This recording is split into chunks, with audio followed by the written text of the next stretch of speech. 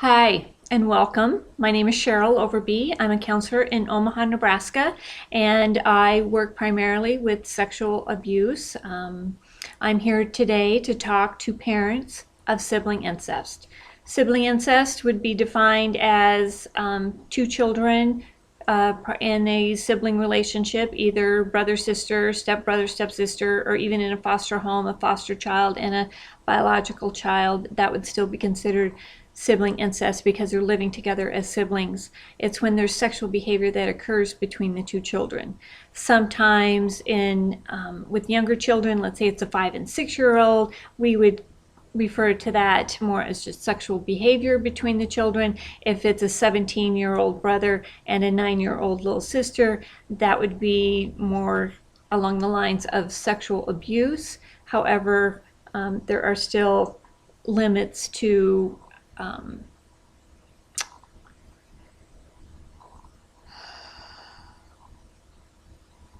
or it could be a situation of a older brother, let's say 16 or 17, and a younger sister who's about 9 years old. That has different dynamics to it, and we won't get into all of those today, but primarily want to talk to the parents. My opinion, and not everyone agrees with me, and that's okay, but my opinion is that the parents are the most traumatized after the initial disclosure. The child who has been being abused, their life now just got a whole lot better, because most often after the sexual abuse is disclosed, then the sexual abuse stops, and then for that younger child or the victimized child, their life gets a whole lot better. However, the family has crumbled, and the parents' life has crumbled, and the parents are now left dealing with how to kind of put the pieces back together, how to make sense of everything. How could an older sibling do such a thing? And I say older sibling, but it doesn't always be an older sibling. Sometimes a younger sibling can actually initiate the abuse, but for our preferences today, it's just easier to refer to the older sibling as the one who has done the inappropriate behavior, and the younger sibling be more in a victim role. Again, it's a very complicated issue, and not all victims are, or I should take that back. It is a very complicated dynamic involving sexual abuse and sibling incest, and sometimes a younger sibling will be cooperative in the abuse, although they are never responsible for the abuse. So that's a whole nother thing that we can get into another day. But for today's purposes, we're going to talk to parents. I want you to understand that you really need to take care of yourself. You're in one of the most difficult positions there is, because now that I heard one parent say, or I read this somewhere, I can't remember, but the parent was saying, who would have ever guessed that once I found out my little girl was sexually abused, I'd hire an attorney for the person who had abused her. But that's exactly what you have to do as parents. You have to be supportive of both parties. You have to be supportive and helpful to your younger child or the child who was abused, and get them help, support, and counseling. And you also have to be supportive of the older child, or the child who was the initiator of the sexual behaviors, and make sure that they get help, support, and counseling, and legal advice. So the very first thing to be really mindful of in the first month is to get good legal advice. There are some states in the United States, and I don't know which ones, so I apologize for that, but there are some states where even children as young as 14 can be put on sex offender registries. So you're barely a senior in high school, you can't even drive yet, but you can be identified as a sex offender for the next 25 years. So I have lots of opinions about that, and I'm not sure that's always helpful for kids. In fact, I'm sure it's almost always not helpful for kids, but in some situations there's not a concrete answer for every single situation. But anyway, okay, so the very first thing I want you to do is to get legal advice. You need to find out what the laws are in your state, what the sex offender registry laws are in your state, and seeking out the advice from an attorney. Sometimes legal intervention is actually helpful to the child who was doing the abusing. Sometimes it's not helpful. Sometimes it's They can do a diversion type of program that if they go to treatment, then there's no charges filed. Other times they're very punitive and they're ready to put a 10-year-old on a sex offender registry that's going to, last them, the next 50 years. So please get legal advice so that you can make a good decision legally for your older child and whatever is happening in your state. The second thing I want to tell you is that it's very, very important to get supervision or to provide supervision and possibly even separate the two kids that were involved in the sexual behaviors. There are different laws and rules and policies for Child Protective Services in each state. And you have to remember that Child Protective Services have seen all different types of families. There are families, and I've known a few of them over the years, where there has been sexual behaviors among the children, and it was seen as a maybe not preferred behavior, but as just something else that happened to their family. It happened to all the cousins, it happened to all the parents, and when they were little, and so it happened with some older siblings, and so it was just kind of seen as something that they couldn't really stop, and so they didn't really try very hard to prevent sexual behavior among the children. That's very unhealthy and not helpful to either of the kids.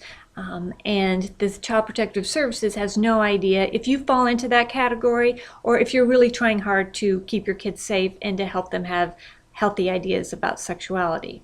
In order to prove to them that you are taking efforts to keep kids safe, then it's really important to either provide supervision or I would even prefer to separate the kids.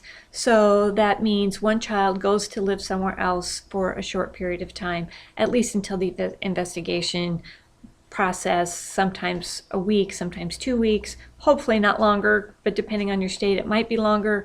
But it's really important to make sure that the kids are separated and not allowed to ever be alone to talk about the abuse, to talk about any other issues that are happening in the family that might lead the younger child to recant her story or his story or to feel guilt for telling the truth about what's been happening. One example is that I did know one family where they had supportive grandparents, and so one child went to go live with the grandparents for 1 week, and then they swapped, and the other child went to go live with the grandparents for another week. And the grandparents were hopefully, or luckily, very helpful in being supportive. So you need legal advice, you need supervision, or separation, and let me clarify, when I say supervision, I mean direct supervision.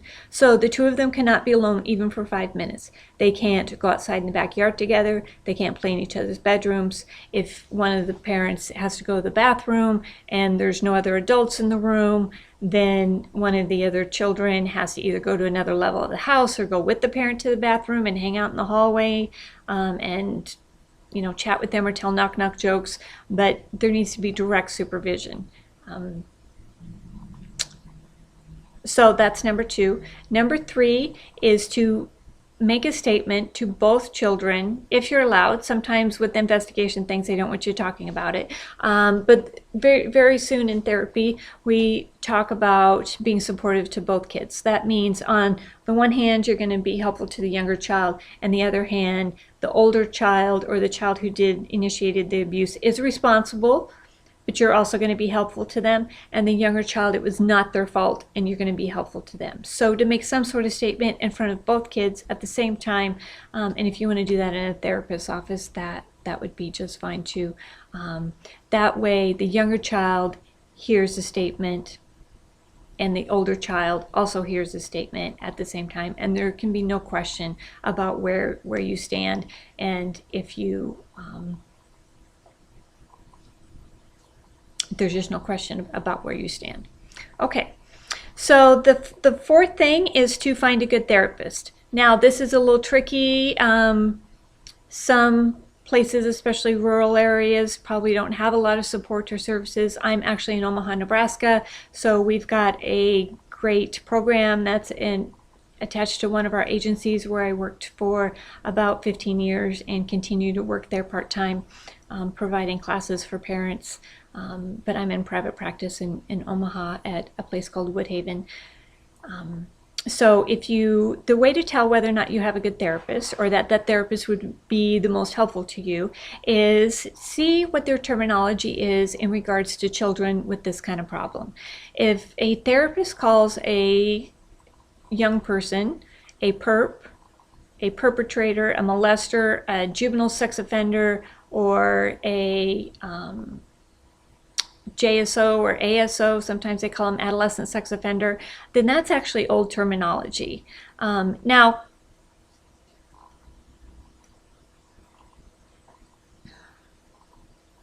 so that's actually old terminology.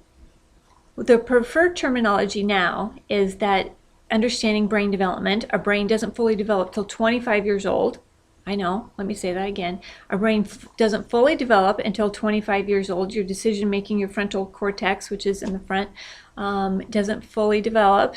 That's where your decision making, your taking responsibility, your maturity, all of that happens in that part of the brain. And that doesn't fully develop till 25. So my belief is that it's inappropriate to label kids as anything, even a,